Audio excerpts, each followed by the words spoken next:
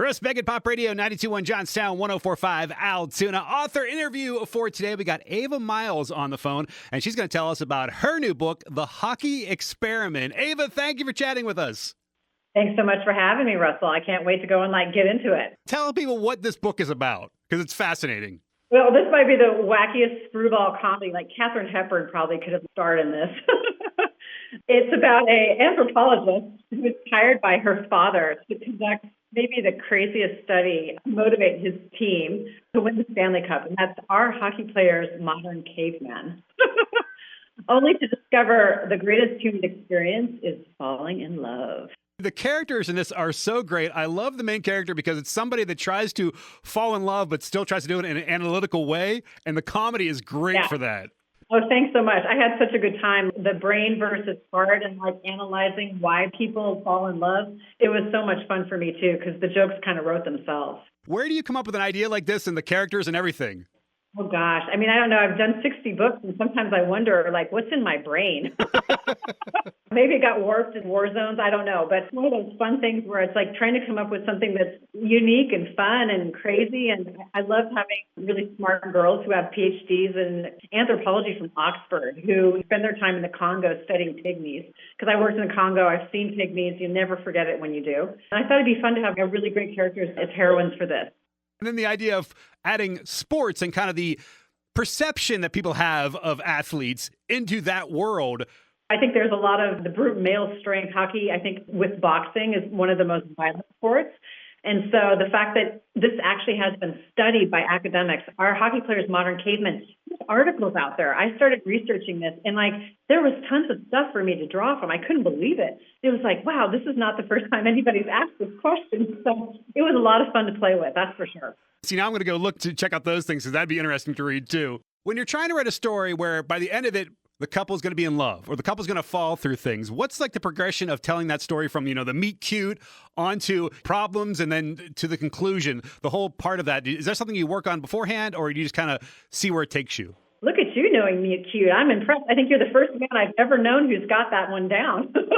Thank you. Congratulations. Thank you. Yeah, so I think it's different for every couple. I always write the story that the characters want to be, and I follow their lead. They kind of tell me what they want. And so basically Dr. Valentina Hargrove hits the page on studying the team. She's in the hockey rink and she's watching the team practice.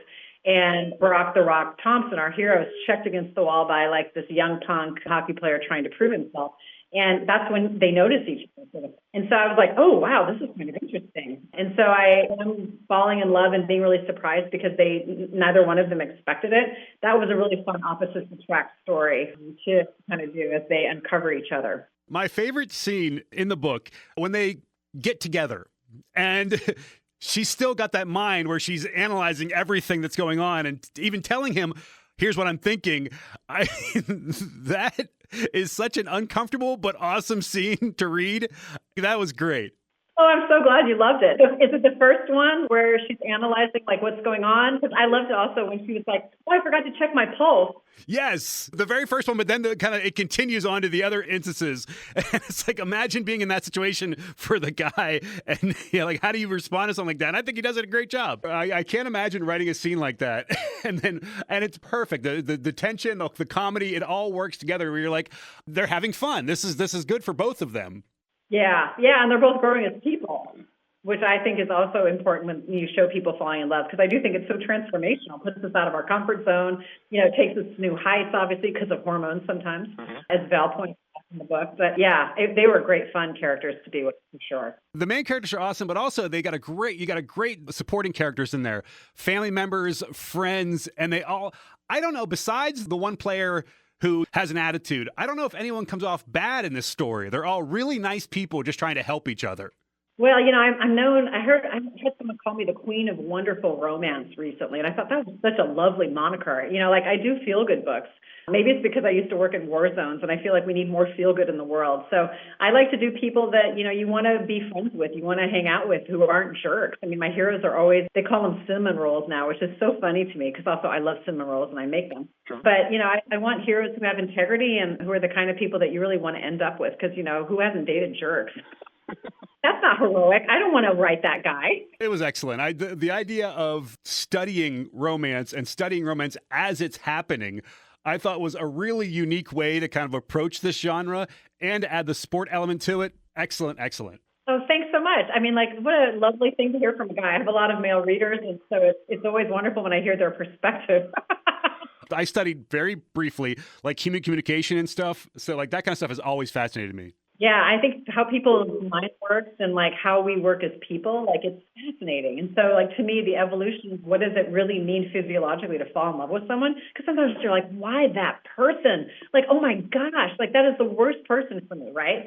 And knowing that there's these elements that we have physiologically, I think sometimes it helps. Absolutely. The one thing that's so hard to explain, somebody's out there trying to explain it. That's totally valid, the hockey experiment. You can find the book on Amazon or Barnes & Noble or what have you, and you can certainly follow me for more fun. I always say feel good in life, feel good in books. Instagram, it's Ava Miles, and then on Facebook, it's author Ava Miles. So come hang out, be inspired, live your best life like I am, and read some more great feel-good books. What are you working on next? Do you know the next thing? Yeah, I'm working on, I actually need to start writing it in about 10 days. I'm working on my fourth book in the Paris Roommate series. I live in France now, and I'll be going and taking like a happy little trip up to Paris to hang out and like get inspired and to dive back into that world. It's a bunch of roommates. I call it Emily Meets Paris Meets Friends, the TV show. It's been a lot of fun, especially living here and learning the language. A lot of jokes about that too.